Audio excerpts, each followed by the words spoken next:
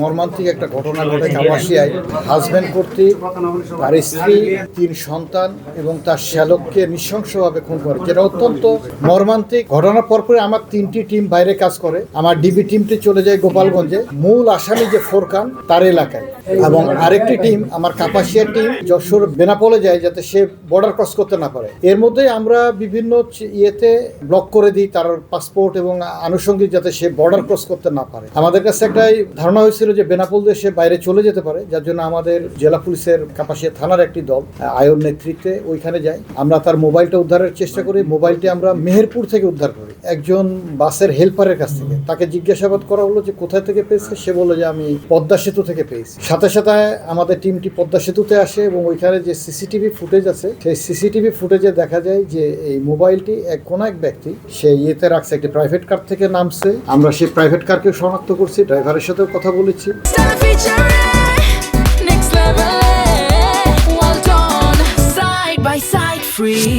ওইখানে রাখছে, রাখার পরে সে ভিডিও ফুটেজে যেটা আসতেছে সেতু থেকে নিচে লাফ দিচ্ছে। পরবর্তীতে আমরা নিশ্চিত হওয়ার জন্য বাদীকে জিজ্ঞাসাবাদ করি, বাদীকে দেখাই ভিডিওটি। বাদী বলে যে আমরা কনফার্ম না, বাট আমাদের কাছে মনে হচ্ছে এরকম। একইভাবে আমরা গোপালগঞ্জের যারা হাওয়াই এবং ওইখানকার একজন মেম্বার সাহেব আরো আশেপাশে কয়েকজনকে দেখাই ভিডিওটি যে এই ব্যক্তি কি ফোরকান কিনা। তো তারা বলে যে মনে হচ্ছে, বাট আমরা কনফার্ম না। আমাদের কাছে আপডেট এই পর্যন্তই আছে। আমরা মূল আসামি ফোরকানের মোবাইলটি উদ্ধার করেছি মেহেরপুর থেকে, আর যে গাড়িতে করে সে গেছে গাড়িটিও শনাক্ত হয়েছে।